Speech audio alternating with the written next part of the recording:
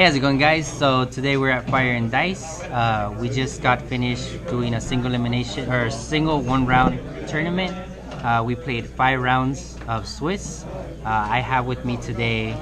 Alex Gavelli is my name. Cool. And what place did you get today? I got first place. Perfect. And what were you playing today? I was playing Mega Rayquaza. Cool. So let's get into your deck profile and see what you're running today, okay? Alright, so for my deck, I'm running a pretty standard 3-3 Rayquaza EX, Mega Rayquaza EX line. And this is pretty standard. It's usually enough to get Mega Rays out and have them out when you need them. I'm running 4 Shaymins. Because this deck is a combo deck and you want to get your stuff out fast, it's crucial to have all 4 of your Shaymins. I have 2 Hoopas next. Hoopas are really important because you can Hoopa out for Shaymins, Rays, everything that you need. Mega Rays if you have the Spirit Links. And the problem is they're big Lysander targets.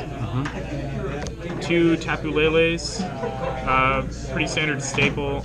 They're of course needed for finding supporters, and this deck relies on being able to have a constant stream of good cards.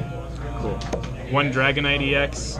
Playing this deck, you've got Skyfields, and you're going to have your bench up to 8, and then when that stadium goes away, you're going to have to discard a lot of Pokemon. So Dragonites are quick to get your bench right back up to 8 after you Skyfield. Magearna is a tech in this deck. Because Mega Ray is a colorless attacker, he can run with any different type of energy. So usually you'll run 4 DCE and 4 of another energy.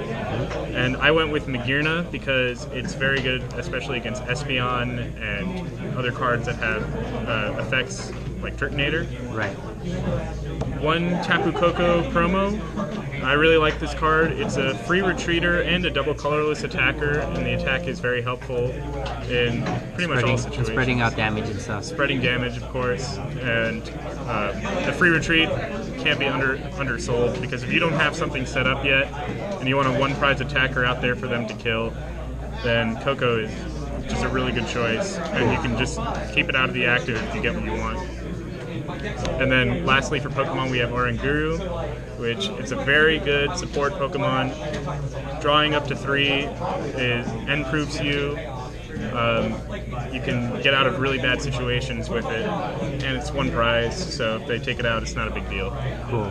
I see that you're only running the 1 Dragonite. Did you feel that in any of your games it wasn't consistent enough that you needed an extra Dragonite?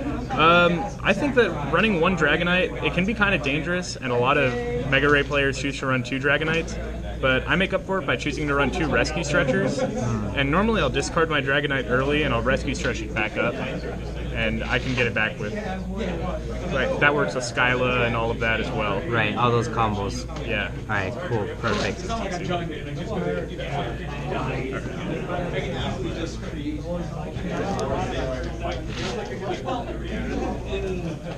Next we're going to get into the stadiums and tools. Stadiums, I've got 4 Skyfields, absolutely crucial to this deck. Skyfields are the only way that Mega Rayquaza can do like a ton of damage, and it can do 240 with a full bench of 8. I have Ray Spirit Links, again pretty standard. Mega Rayquaza actually has an Ancient Trait ability, so you can Mega Evolve on the first turn. If you can get this out, it's really helpful. You can evolve like 2 or 3 Mega Rays on 1 turn. It's pretty insane. As well as you can Mega Evolve and then attack same turn, which is... You can also, if you have a Spirit Link and a Hoopa, you can drop the Hoopa, get a Rayquaza, attach the Spirit Link, and evolve into the Mega Ray, which you got from the Hoopa. I did that a lot. Yeah, combo after combo. I've got 1 Floatstone. This deck has Oranguru and Hoopa as 2 retreaters, 2 retreat cost Pokemon, and it's got Dragonite as a 3 retreat cost Pokemon, so you need to have at least 1 or 2 methods of easily switching Pokemon. Cool, perfect. And next is the supporter line. For my supporter line, I'm running 2 Sycamores, 2 Ns. I used to run 3 Sycamores and 1 N, but I found myself really needing the N, especially in situations where it's really good in situations where you have cards that you need to keep, which is very common in this deck. So like if you'll have a Spirit Link and a Mega Ray, then you don't want to Sycamore away those cards, also with Mega Turbos, you don't want to Sycamore those away. So, and it's very helpful. And then 2 Sycamores, obviously it's a very fast card, and you need to be fast with this deck. Yeah. 2 Lysanders, pretty self-explanatory, very good for getting targets out, and 3 I find is too clunky. I usually Ultra Ball these away and try to Versus Seeker them out. 2 Hex Maniacs. This is something I've been experimenting with lately.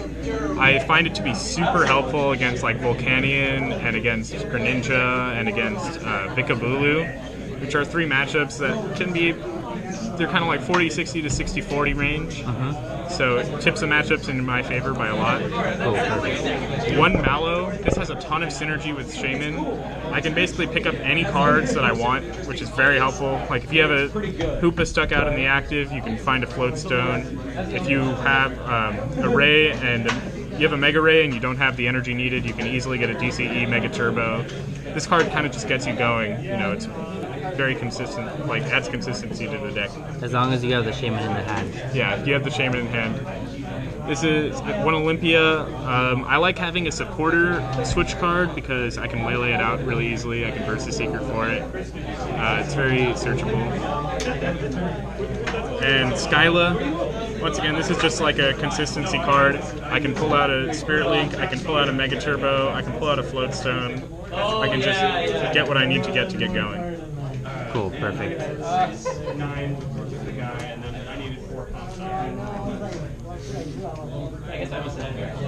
Next, we're gonna get into the items. 4 Ultra Balls. Ultra Ball is super important in this deck.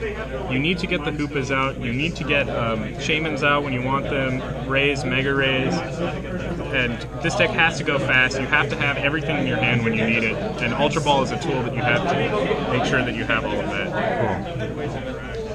I've got 2 Rescue Stretchers going. This deck can be very difficult to get going if all of your Pokemon are in discard. And I played with 1 Rescue Stretcher for a really long time, and I found it just wasn't doing it because I would prize 1 of Rescue Stretcher, Dragonite, and then I would discard them with a Sycamore early game, and it was just impossible to really get going. So 2, you have to have 2.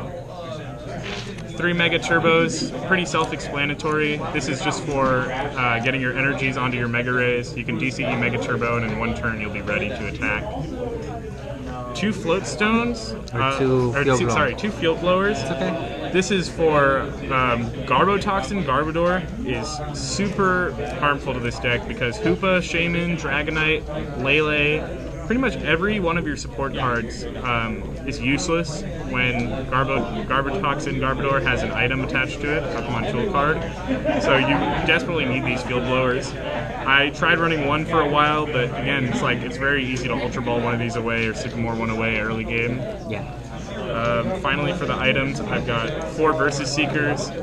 I played around with 3 and even 2 count of Versus Seeker for a while, and I found I really miss them all the time.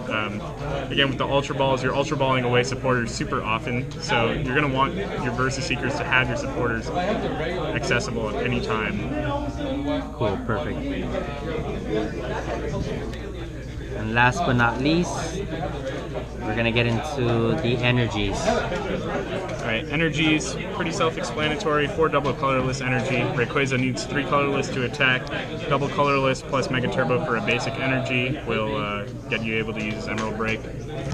4 metal energies. I decided to use metal because of the synergy with Magearna. Some Ray lists do use psychic energies and use Mew, Latios combo, and some other.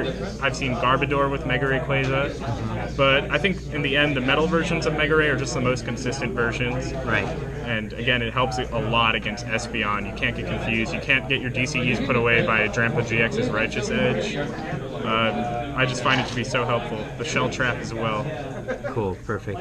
Alright, so that was the deck list right there. Alright guys, so that was pretty much the deck profile right there. You did get first place with this deck. What was one of your hardest matches today? I had to play a local Gyarados player named Sean Pluto. he's a super good Gyarados player, and I was playing him in friendlies today, and he was kicking my butt, kind of.